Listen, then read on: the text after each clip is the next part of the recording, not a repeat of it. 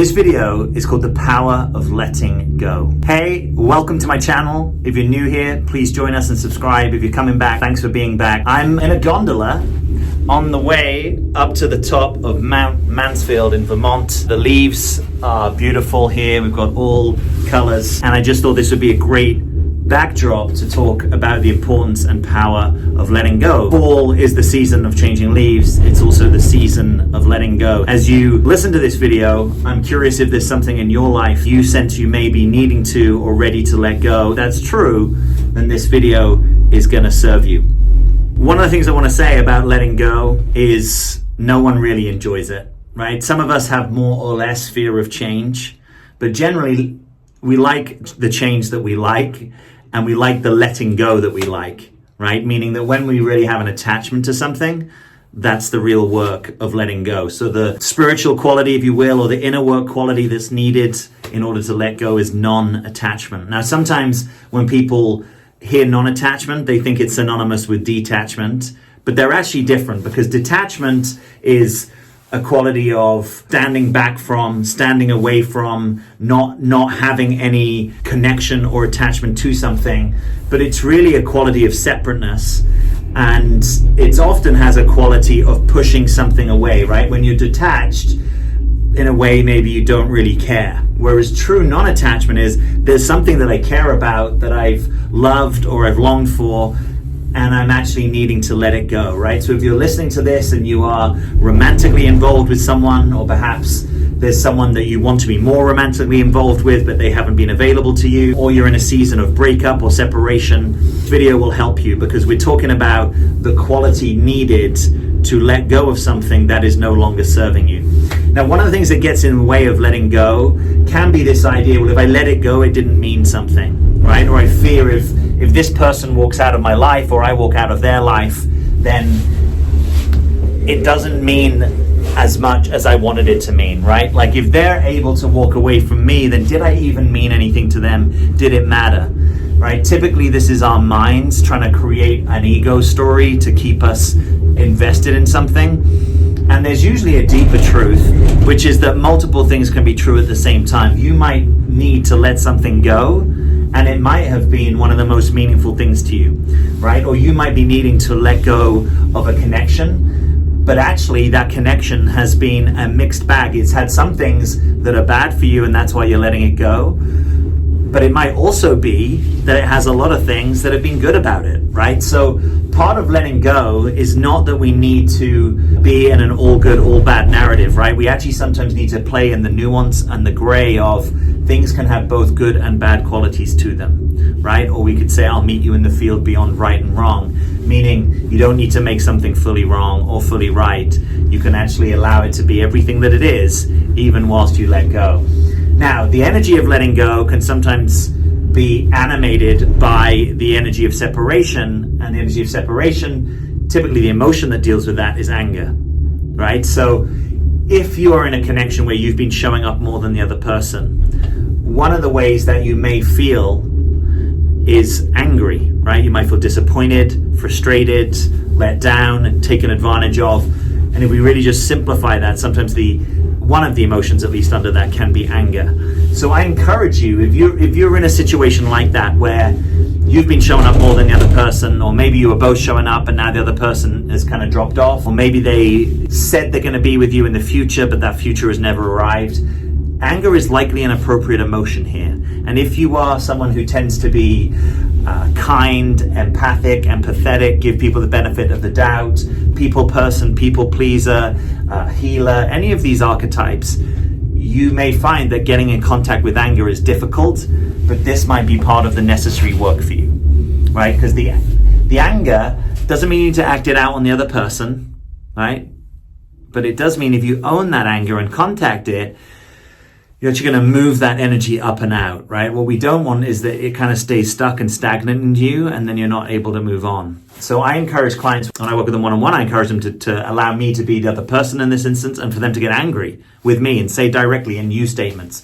You said you were going to have a future with me. You said that one day when your kid graduates college, you were going to be more available for a relationship. right? You said that we were going to go on XYZ trip, but you would never book it, right? You said that you wanted to be with me, but you continue to invest in relating with other women, right? Whatever the things are, and as best you can to actually contact the authentic emotion of anger in that process so that you're dealing with the real emotions, right? You may have had this experience where you sort of get something intellectually, but you're not yet ready to fully embody and own it. And the energy that will allow you to do that is to get the anger, to get it out, right? Sometimes you can do that by speaking it to another person. Sometimes you can do it by hauling up in your car or going to a quiet place in nature and just allowing yourself to vent. For some of you, you'll do this effectively through writing. Maybe you can write it out. You could have a sentence stem, something like, I'm really angry that, ... and just let it go. And I always advise clients in this space, the one in you that is kind and sensitive, let's just put her down for a moment. Allow yourself to have your anger. Allow yourself to be mean. Allow yourself to be bitchy, frustrated, whatever it is that allows you to really get it out. So you don't have to dial it back. You don't have to dilute it. This is a vomiting up and out process. This is a get it out of you process. That is going to help you in the process of letting go. Now, you may find that if you do that work and contact that anger, there's also other emotions alongside. And one of the principal ones may be sadness. And sometimes under the anger, because anger can be a secondary emotion, under the anger may be a primary emotion of sadness. So part of letting go is feeling the difficult feels, right? Part of being able to be with sadness is being sober. Okay, we're gonna be coming in here. I don't know if you can see this. Check this view here. It's beautiful. Part of the energy of sadness is actually allowing yourself to have the experience. Check we didn't leave anything. And allowing yourself to have that experience means it's okay right now that you're sad. Your sadness doesn't need to teach you about tomorrow, right? Your sadness is something that is here and now. You might be in a period of sadness or grieving, and it's important to give yourself that. Sometimes we want to skip over that, right? We want to get into our logistical, operational brain. What sort of connection will I have them in the future? Will I meet someone else? Do I need to get back on the dating apps? Where will I live if you've been living in the same space? Now, all of those questions may be important in right timing, but now is probably not that moment, right? There needs to be a moment of actually dealing with the feelings that you have about the situation. There needs to be a moment, and it's probably more than a moment, a period of time where if grief is what's needing to happen, you need to allow yourself to have that grief, right? This doesn't get easier by you getting busy into other things. Often the quickest way through this experience is actually to be with it as directly as possible. And by directly, I mean that you're not overlaying too much mental content. Right? The mind, the doubting mind, the questioning mind is going to have all sorts of questions. As best we can, just know that there will be a time for dealing with that. Right? There will be a time that you can put your logistical hat on and say, right now, yeah, I've got to figure out rent, I've got to figure out living, I've got to figure out dating. All that stuff can have place in the future. Today you want to deal with what's here, difficult emotions that are coming up. Part of what can get in the way of letting go is fear, right? And the fear often is that you're losing something and you're going to be in a permanent state of loss. Part of trusting the unfolding of our experience is that we're never typically stuck in one experience for the fullness of time, right? Our experience is unfolding and dynamic. And the dynamism of experience means it shifts, right? Just like the weather shifts, your experience is going to shift. You will not feel angry and sad forever and a day. The quickest way towards not feeling angry or sad is actually to give it to you. Let yourself have it. Go for it fully. But this will change, right? The part of letting go and not being in control is that you don't know when it's going to change. You don't have full control over the end of the season, right? You and I don't know exactly when fall is going to end, right? Maybe fall will run until mid-November, maybe it'll run until early December, maybe it'll finish late, maybe it will be Christmas Day this year as it was last year, and it's completely sunny. Someone who's in Virginia, at least someone growing up in Britain, this will be a summer's day, right? We don't get to control the turning of the seasons. We just have a sense that there are seasons and that they move through. You're in a season and you will move through this. What will get in the way is the doubting mind, the fear mind, and sometimes those questions are completely legitimate questions. It's just the place that they're being asked from, right? It's typically tight, controlling, and fearful, rather than open, sensing, and receiving of your own intuition and guidance. Now, we don't want to set the bar too high. Sometimes fear will be part of your somatic experience. We're not making that wrong. We're just saying, to the extent that you can practice, let that fear go, or let it be there, but not let it control your mind. Be in touch with the somatic experience of it without necessarily having to answer every one of those questions. If a question feels so important to you, write it down somewhere, put it in your journal, and you can come back to it on a different day when you're in a mindset that will actually allow you to be with that. You know, letting go is a life's practice, right? Because if we just get sober for a moment, you know, we say sober is the new sexy, everything we have is going to go, right? This rock that I'm sitting on will not be here at some point, right? This gondola that I came up on will not be here at some point. It may be here way beyond my lifetime. It's unlikely that it's going to be the exact same equipment, right? All of this equipment will be maintained, and in the fullness of time, it won't work, hopefully not today, and it will be replaced, right? There'll be a point where I'm not here and you're not here. Everyone you know in your life, right? So I'm not just trying to give you a Debbie Downer Tuesday. I'm trying to connect with you on the fact that letting go is a profound part of life, right? It is clearly baked into the process. So the sooner that we learn what our best way of dealing with that is, the better for so many areas of our life. I can say personally, letting go of things has maybe been some of the most difficult for me. I've had difficult breakup experiences, separation experiences that have lived in my body for a long time. So none of this is saying, hey, I'm immune to this. Things can take a while. What really shifted for me in that instance was what I was trying to say with you earlier, was really allowing myself to have the full floor of the difficult feelings that were still in my system and get them out, speak them out, write them out, not think that just one thing would fix it. Sometimes we want that quick pill, right, to end our experience, or what's the thing that I can do that will change this? Sometimes it's a few different things, right? Sometimes you have to spend some time in nature. Sometimes you have to hit your journal. Sometimes you need to go get some support. Sometimes you need to talk it out. You don't know when those waves of emotion are going to come. My invitation, as much as it's possible within busy and sometimes planned lives, is that when it's here, like when there's a day that you are feeling tearful or you have some more space, that you just give yourself that experience, even if it means you need to move a few things around, even if it means you show up for something and you're not perhaps your best. But your journey and process in this is an important piece, and you not pretending that that's not true is important. You giving your experience and process and inner world the due attention that it needs, where you are off the clock, right? And even, you know, maybe you've got kids, maybe you've got lots of life responsibilities, maybe this is something you can only do at 9 or 11 o'clock at night, but finding that time where you can be on your own with yourself, to be in your experience and to let it out, is important. If you're a people pleaser, you may find that you're running around doing all sorts of other things, attending to other people, but actually the biggest thing is perhaps this piece that you've got to let go, right? If this connection is something you need to let go of, and at the moment you're in the mindset, well, they're not ready to end the connection, right? Or maybe I'm not even ready to end the connection because I'm afraid of what's next.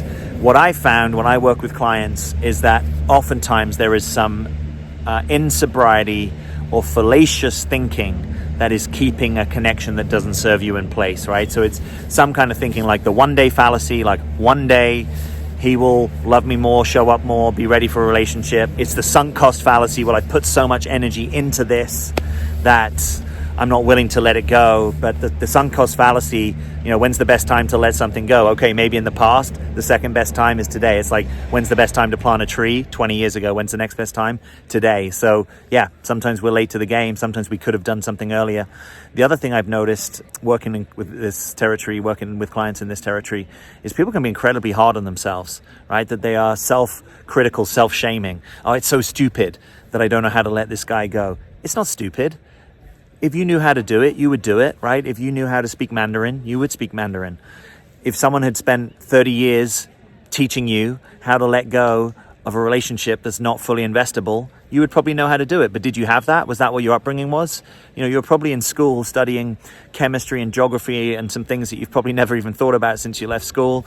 You know, unless you're a chemical engineer or you happen to be a, you know, oceanographer or whatever, all the power to you.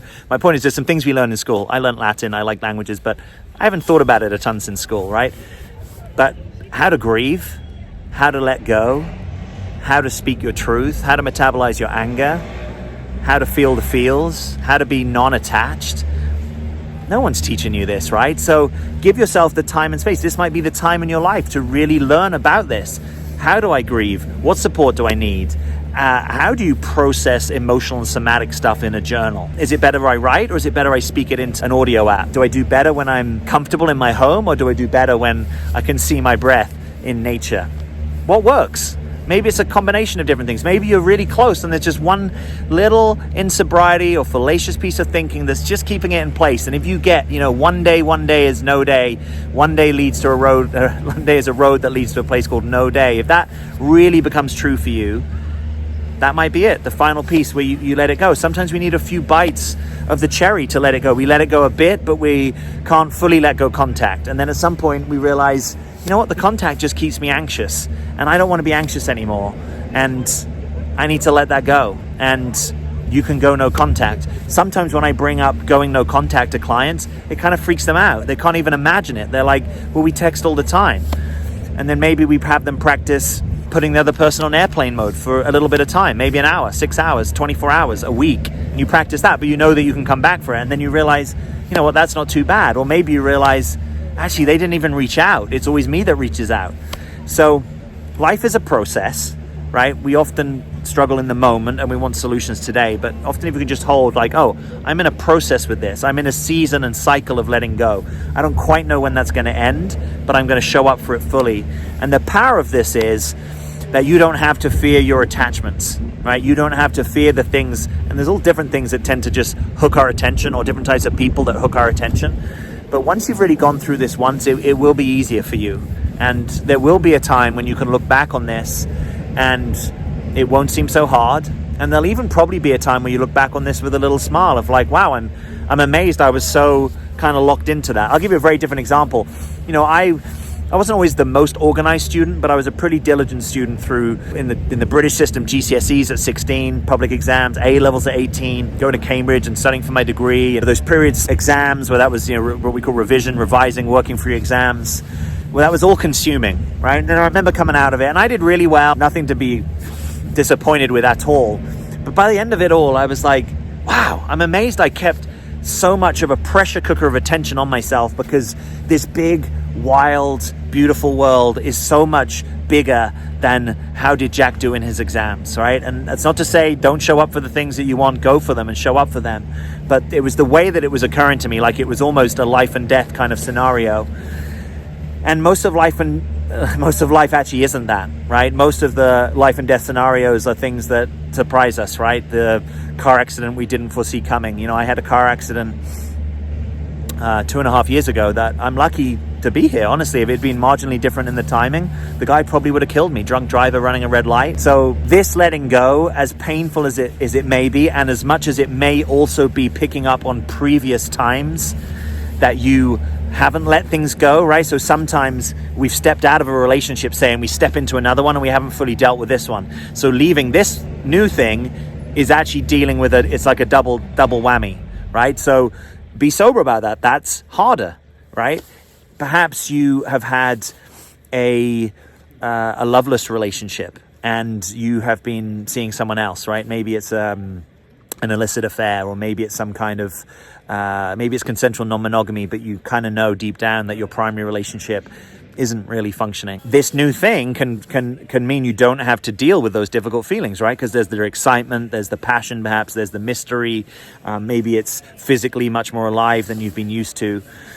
And so, again, in sobriety, just realize if that's happening, it doesn't mean that those difficult feelings about the primary relationship aren't going to be there. They're going to surface probably at some point, and they are going to need to be dealt with. You'll be strong enough. You'll be able to do it. You just want to cut yourself some slack, take it slow, stay patient, stay with your experience, right? I mean, I used to joke that I should start a podcast called What's Your Experience? And I think probably I had an ex who would kind of joke with me like, that's your question, isn't it? What's your experience? What's your experience? It's a very coachy question. But at one level, I'm kind of a complex guy, but I'm also a simple guy, right? All we have is our experience, right? That is what we have right now, is like, what's your experience, right?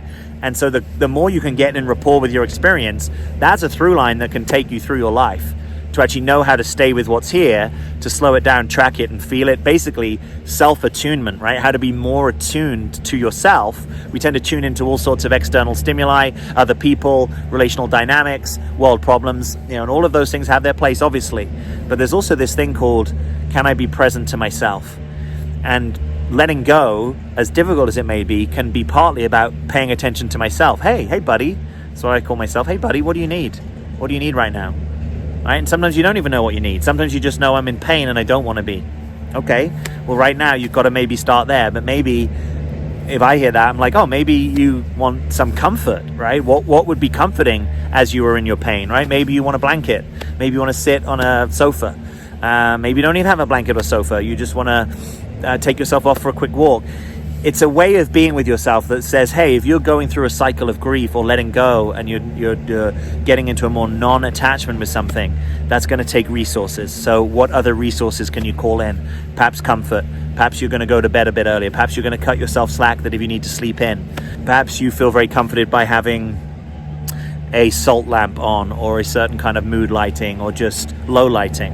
Perhaps you need to be in the dark. Sometimes I know when my kind of migraine issues kick in, I just really want to be in the dark. Treat this as a process of getting to know yourself, because the beauty of a life in some ways is that you get to witness your life. And sometimes your life can be devastating, chaotic, unfathomable, crazy, dark. It can be all sorts of things, but there is a uniqueness to your path. No one is going to walk this. No one is going to be able to witness your journey in the way that you can.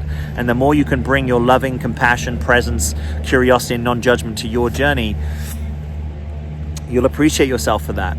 You'll appreciate you even when you're walking through really difficult things. So there's lots in here for you. I wish you well. Please leave me a comment. Let me know what you're going through, or let me know how this video is landing with you. And if there's something that you're struggling to let go of and you want my support, I'll leave a link here that you can book some time with me, or DM me on Instagram, or hit the contact form up on my website. Reach out to me and we'll see if we can get you some help. As always, I'm Jack. Thanks for being here.